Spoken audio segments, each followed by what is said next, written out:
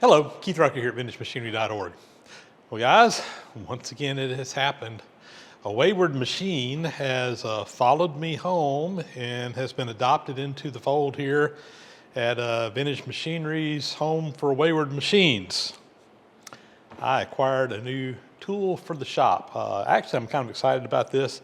This is a machine that I think that I can use. And the irony is that over the years, I don't know how many times I've had the opportunity to pick up a machine like this or similar to this and have said, no, I just really don't want to go down that rabbit hole. But now I realize I need to go down that rabbit hole. What this is a Brown & Sharpe number 13 universal tool grinding machine, or tool grinder, or a grinding machine, whatever you want to call it. It's a universal though. It was originally designed for doing grinding work for sharpening tools and so forth like that, but it is a very versatile machine that can do a lot of different things.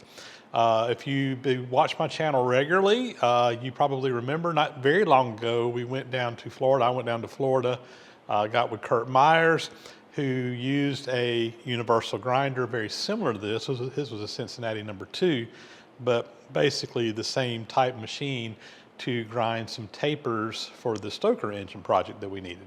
And it really worked out well, kind of doing it cylindrical grinding, but doing tapers on a cylindrical type setup. And that is one of the things that this machine can do, is cylindrical grinding as well as cylindrical taper grinding, in addition to using it for like tool sharpening and cutter grinding and stuff like that. And that's really why I ultimately decided, you know what, yeah, I just need to break down and get one of these, because I continue to get situations where I'm needing to work on tapers, and being able to grind tapers, I think, is really gonna be helpful to me.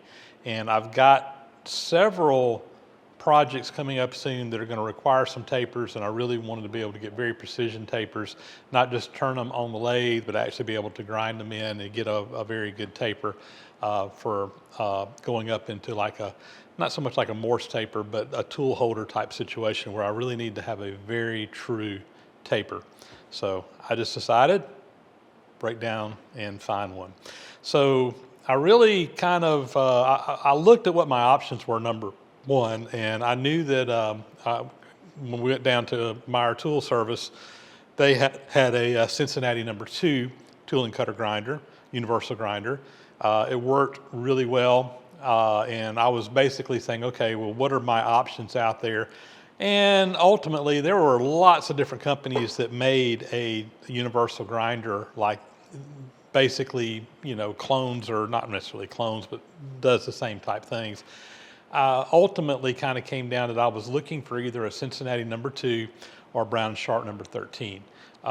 Just for various reasons, mainly because both of those machines were made in very high numbers, and while parts are no longer available for them, at least on those 2 models, parts do come up from time to time. And you know, that's always nice to be able to get parts from machines as you need them. And you know, one of the downsides to this purchase is that this was not a complete machine, and that it didn't have all the accessories and stuff that came with it originally. But for what I need it for the cylindrical grinding, tool grinding functions, it's got what I need in here. So tell you what, let's take a closer look at this machine, and I'm going to show you, you know, what it's going to be able to do for me.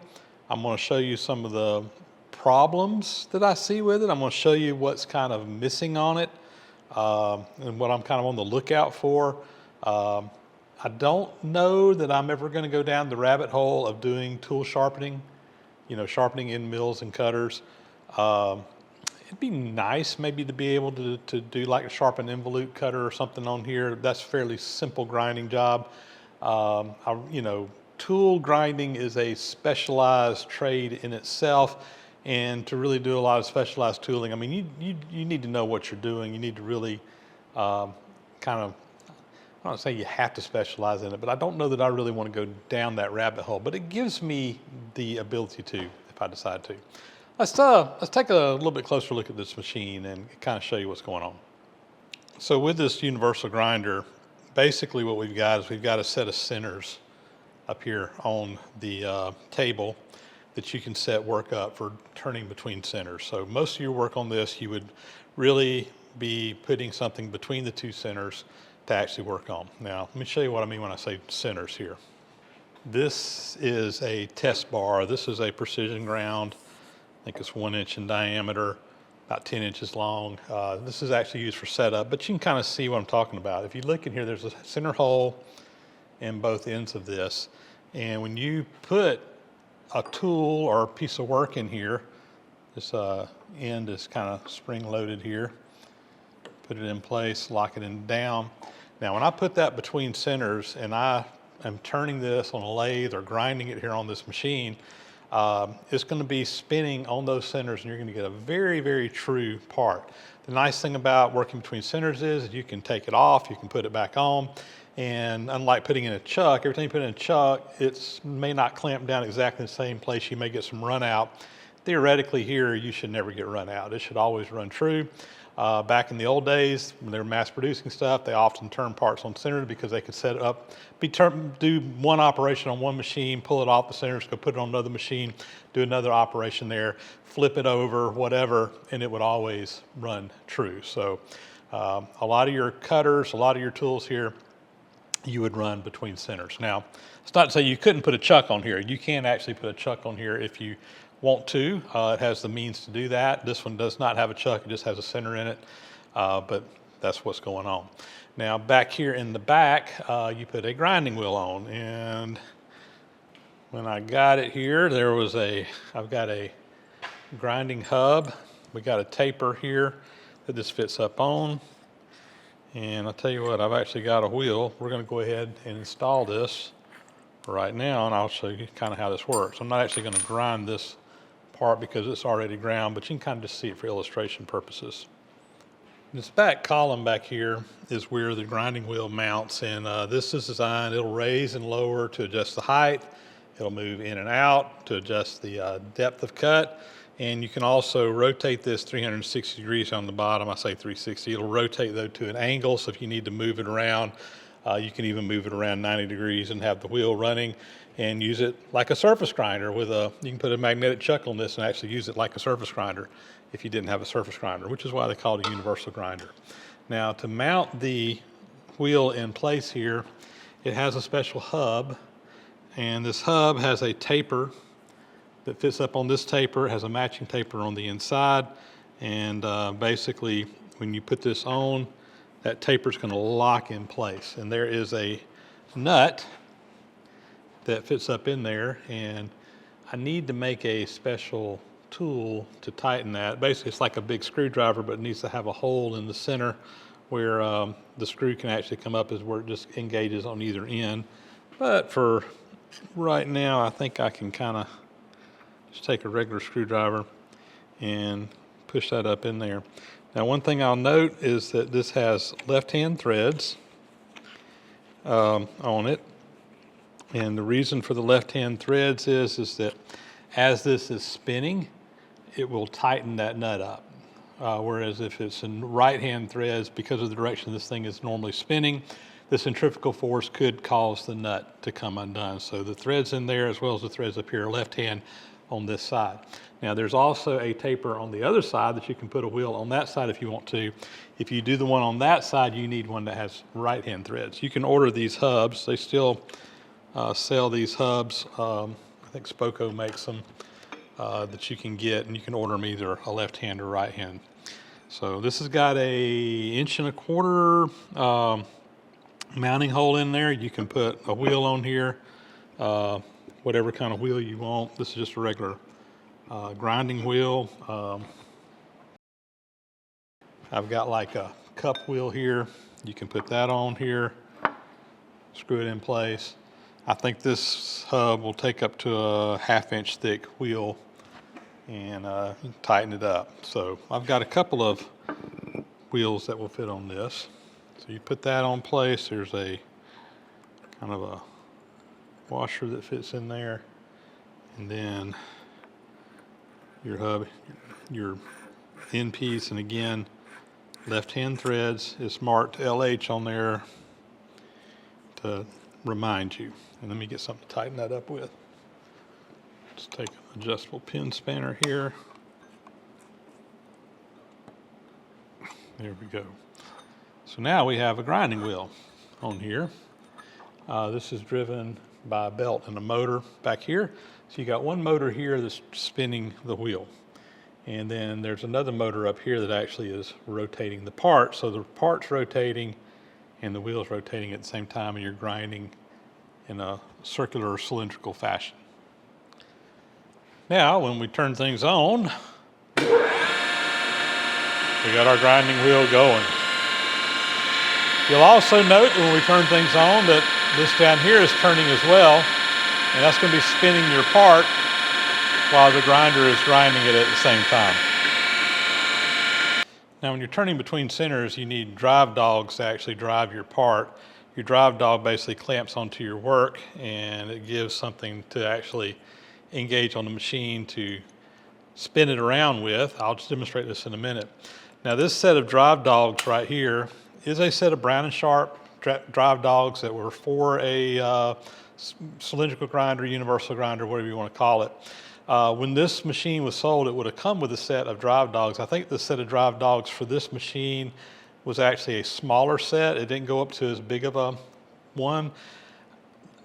Just kind of coincidentally, I found this set of drive dogs a long time ago.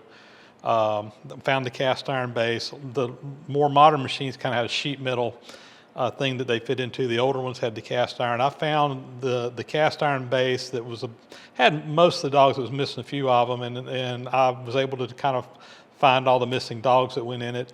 And I've had this just kind of laying in the shop for years, just as a set of dogs to use on a lathe or whatever. But this is actually a set of Brown and Sharpe. Like I said, this one didn't come with them. I already had these. And honestly, that's kind of one of the reasons why I was looking at a Brown Sharpe, because I knew I had the drive dogs that matched, and it's just, yeah, why not? But this is what would drive the part. And like I said, this didn't come with it, but I have it. They're marked for the different sizes down here, and let me show you how that would work. So there's our test bar that I'm just kind of demonstrating with, and I don't want to clamp down on this too hard. That's actually a little bit too big. All right, so that one fits on there. These wrenches fit the square head to tighten up the dogs.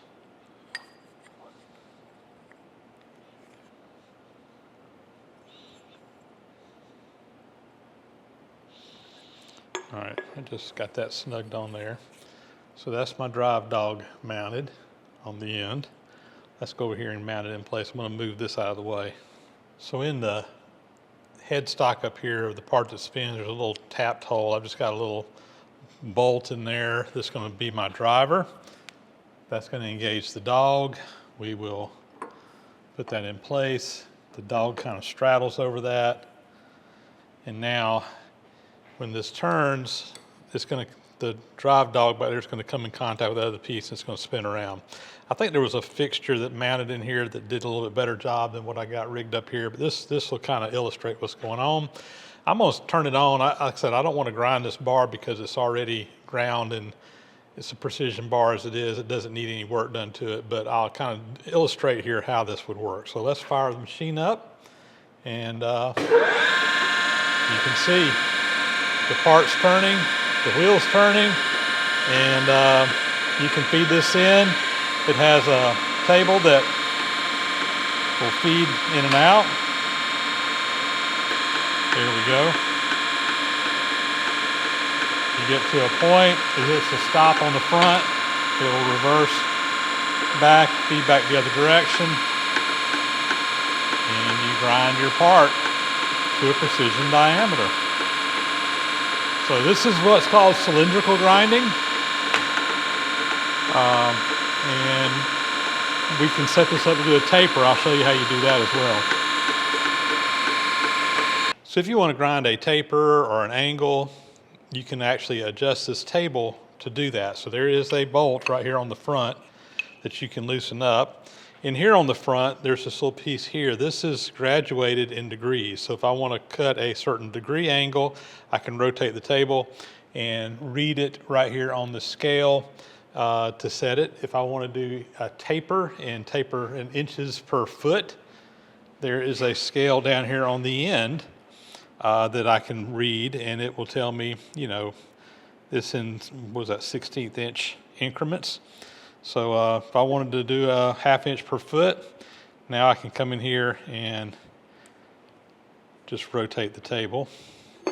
See, I think I need to loosen these up on the end as well. Maybe some on the other end. Get everything loosened up.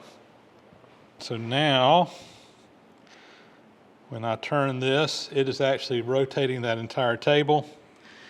And I'm gonna dial it over to a 1/2 inch per foot. And it'll go in either direction. And the scale on this goes to 3 inches per foot. Although you can go beyond the scale, it'll do a steeper taper angle, but the taper gauge here only reads in up to 3 inches per foot. So now, what has happened is we have rotated this table a little bit. I'll just snug them back down. The table is still going to move straight up and down, but it is rotated on the base so that if we were to grind this, it's going to grind heavier on this end and this end, and when you go back and forth, it will cut that taper. And again, you got a scale down there to get you close, and then you'd have to come in here and make measurements to actually fine tune it to get it where it needs to be. So, and that is really what I'm interested in, is being able to grind the tapers, which is going to be very helpful for me in several upcoming jobs that I have. Well, that kind of just real briefly talks a little bit about at least what I'm going to be using this machine for in the short term, which is cylindrical grinding, and specifically grinding tapers. Although I do have a job where I need to grind a straight surface as well. It'll have a taper on one end and then a shaft that's going to be rotating, needs to be concentric on the other. So we'll do it all on the same machine and grind everything in true, which is going to be really nice. Now, they make a dedicated cylindrical grinder that just does what we're talking about right here. And I actually have a cylindrical grinder in the back of the shop back there. I've never actually used it on a job, but I do have one that I bought several years ago. It's a Landis. It's actually a little bit larger machine than this. The problem that I have with that cylindrical grinder is that it's really designed more for doing straight surfaces rather than tapers. You can rotate the table on it, but it's very limited in how much of a taper you can dial into it. It's really only do about a 2 inch per foot taper maximum. And whereas this machine here, I can rotate this table 90 degrees if I want to. Of course, you wouldn't want to do that, but maybe not 90 degrees, but I know I can do it 30, 40 degrees, so it'll wrap on around. I've got some tapers I need to grind. One of them is 3 inches per foot, and one of them is 3.5 inches per foot. So some fairly steep tapers, and my cylindrical grinder just won't move enough to be able to grind those angles. So I can do it on this machine here. The universal grinder, again, it is more versatile in that it is a universal grinder, and you can also do the tool and cutter grinding stuff. And there's lots of different things that this machine could do. Depending on, a lot of them you have to have special attachments and fixtures and stuff that were available. I don't have any of that stuff, so right now pretty much what you see here is what I have. But it's available. You can get the stuff. You can still find it because they just made so many of these machines. You can still find stuff used. You just have to look for it. And it may take a little while for some of the stuff to turn up, but yeah, it's out there. I'll tell you what, I'm gonna go get the catalog on this, and I'm gonna kind of show you what I don't have, and I'm gonna show you a couple of little problems that I have that I'm gonna have to come up with some short-term solutions for this machine, because it's not complete. It's got what I need to do the job that I got in mind to use it for, but it doesn't have everything that came with it originally, and it for sure doesn't have a lot of the optional attachments that you could get for it. So let me kind of show you some of that kind of stuff because it's cool. So I went to my website at VintageMachinery.org, and they've got a good bit of documentation on this machine on there. So this is a sales flyer that I've got here, as well as a parts catalog and an instruction manual and some other stuff. I got it all kind of put together. I just printed all this out and put it on a spiral bound, or a binder, so that I could kind of keep it all together and have a reference here in the shop. But you can see there's your basic machine, which is basically what I've got. You've got the grinder, you got the head, you got the tailstock for doing regular cylindrical grinding. The only, I think, big issue that I've got, and it's not I wouldn't even say it's a big issue, but it is an issue, something that I guess I have an immediate need for, and I've got a way to get around this in the short term. But there are two stops up on the front of this that basically you adjust, and as your table moves, it moves a little handle back and forth and reverses the direction. So you can just have this thing automatically cycle left, right. The stops on this are missing. Let me show you down here on the machine. So there's basically this big T slot back here in the back, and your stops would fit in this T slot. You would adjust them, and whenever the table moved up against this piece here, so right now the table would be moving in this direction, it hits the stop, it moves the handle back, and that would reverse the table. Now the table is going to be coming this, toward this one, and whenever it gets into this one, boom, it pushes it back and goes back and forth. Now, this isn't a big deal. I got T-nuts. I can put a T-nut behind there, just make a stop that I adjust back and forth. The originals that are in here, though, are kind of neat, and I would love to be able to find an original set or make a facsimile of them. You can kind of see it in the video. There's a rack that is up underneath the bottom here. And the way those original stops is they fit in here. There's a little T kind of slot that it fits into the back, but it's designed where you can kind of push it out or pull out the front. And when you do, there's like a little rack, a matching rack that will grab the rack in the back, and that'll hold it in place. So you can kind of adjust this. You just kind of flip it out, you can slide it where you want, and it's a little spring-loaded thing, and it closes back down. So it's kind of a quick adjust. You don't have to unscrew something to move it. It's just, boom, you just slide it up and down. It's really slick. And then also in the front of that, there's kind of a screw that you can do your fine adjust to kind of adjust in and out. It's kind of like a little micrometer screw in there that you just kind of spin, and you can do your fine adjustment on where you want it. So if I just want to go a little bit more, you just kind of adjust that. For short term, I can just put a T-nut in there, put a stop on this side so that whenever it hits it, it moves it. Like I said, we can work around it, but I would like to find an original set of the stops to go with this. And that's probably at the top of my want list for it, if anybody knows where some are. And here's a picture in the catalog. You can kind of see these two stops, at least the front of it, how they kind of fit in there. You see the screw that goes through it that you'd use to adjust. And let me show you another view of them. There's another picture here that kind of shows them as well.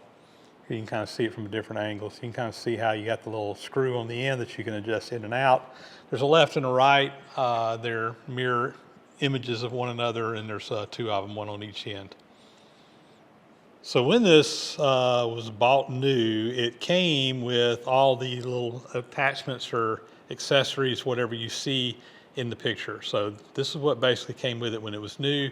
And for the most part, I really don't have really any of that stuff that came with mine. I mean, a few things. So yeah, I've got the centers that go in here. I've got some wheels and some hubs to mount them on, or a hub to mount them on.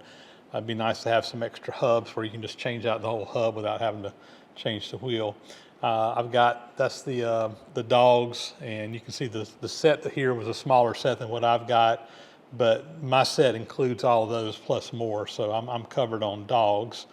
Some of the things that would be nice to have that I don't is there's some wheel guards that basically cover your grinding wheel up, so you don't have it just slinging around or whatever. They had some different diameter wheel guards. They said that there were 5 different ones that were furnished when it was new. Let's see, there's a reaming Okay, the center here is flat on the top. Yeah, I actually got that. The wrenches and the spanners, I got stuff I can do with that. That's no big deal. Part D, 4-tooth rest and 2 holders.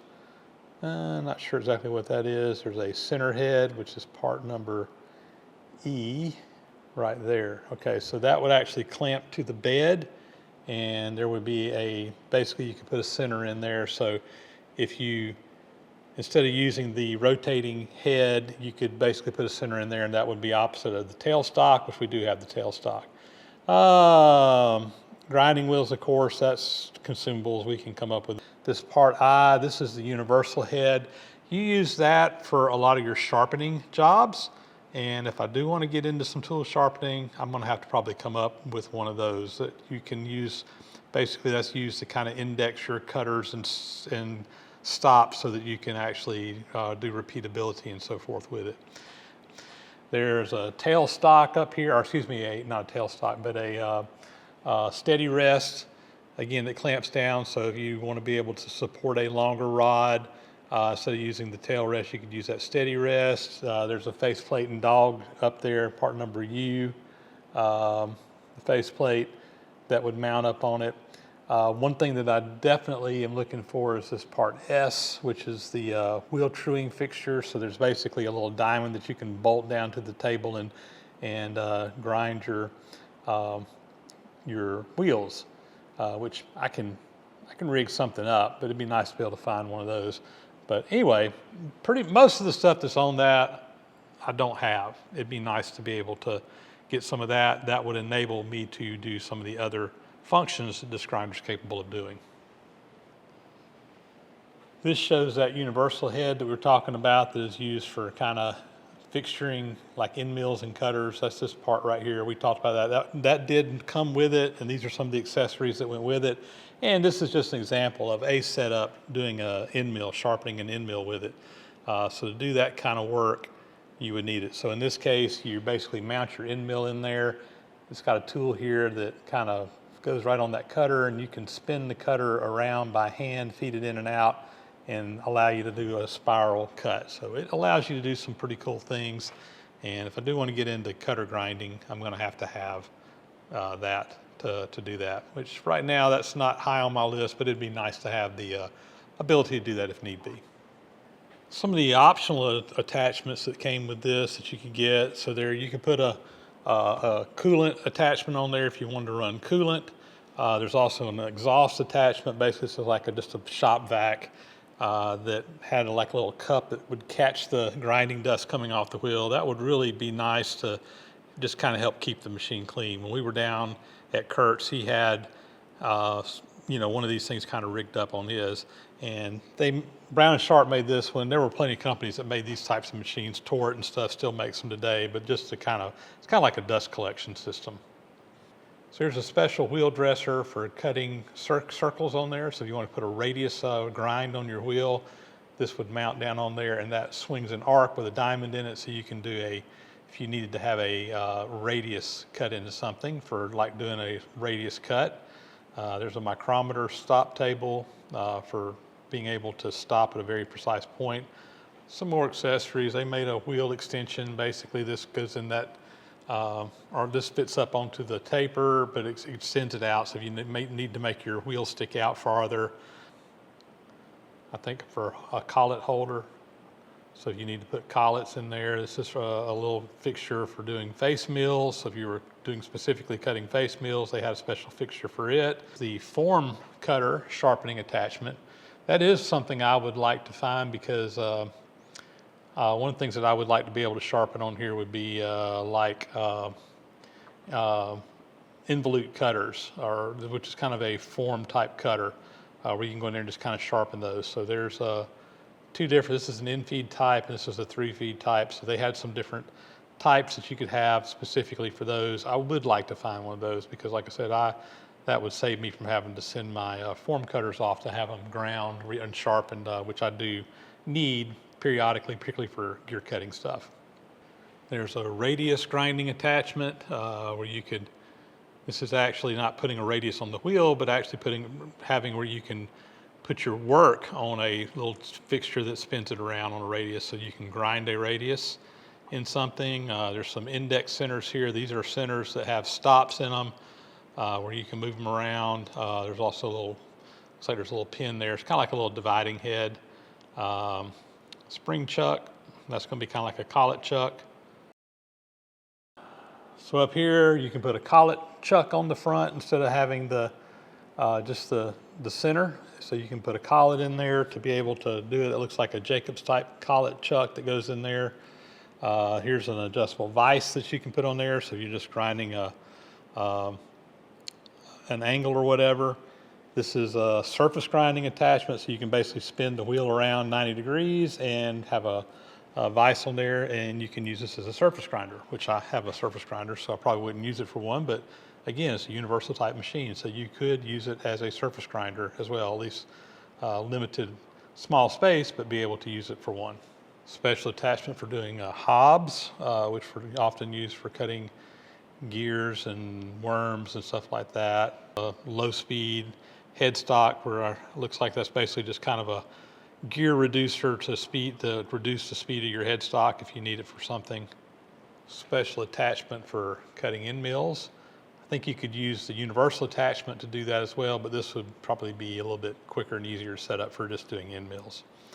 This is an internal grinding attachment, so basically you can put that on here and be able to grind out internal grinding.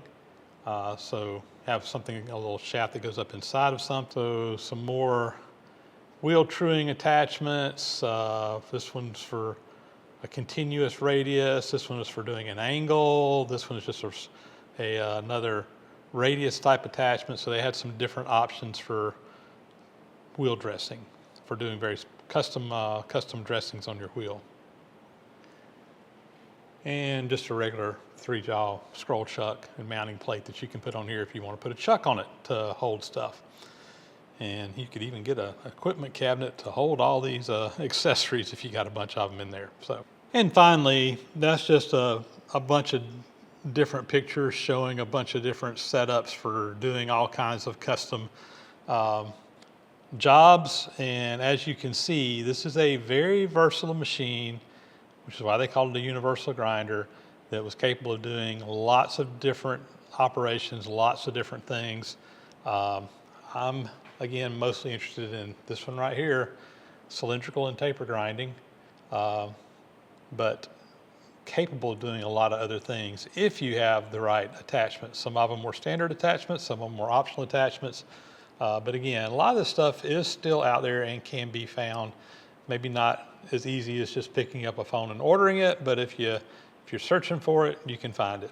And I'm hoping that I'm going to be able to pick up at least a few pieces for this, and over time, use it more and more for some different tasks now that I've got one in the shop. Well, there you go, guys.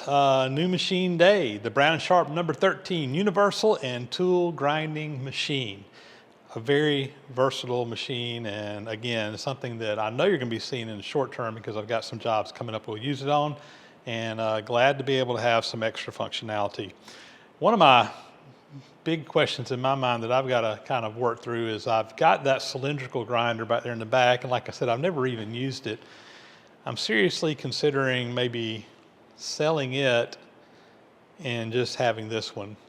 But as soon as I do, I'll probably need the cylindrical grinder for a job that's bigger than what will go on this one, but it's just hard for me to justify having two so similar machines in my shop. Kind of hate to let the Landis go, but I only have so much space in here. So anyway, if you're looking for a cylindrical grinder, let me know. We might be able to work out a deal because it probably needs to go.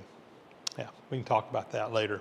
I think I did a video on it when I got that machine. Like I said, I've never actually even used it on a job.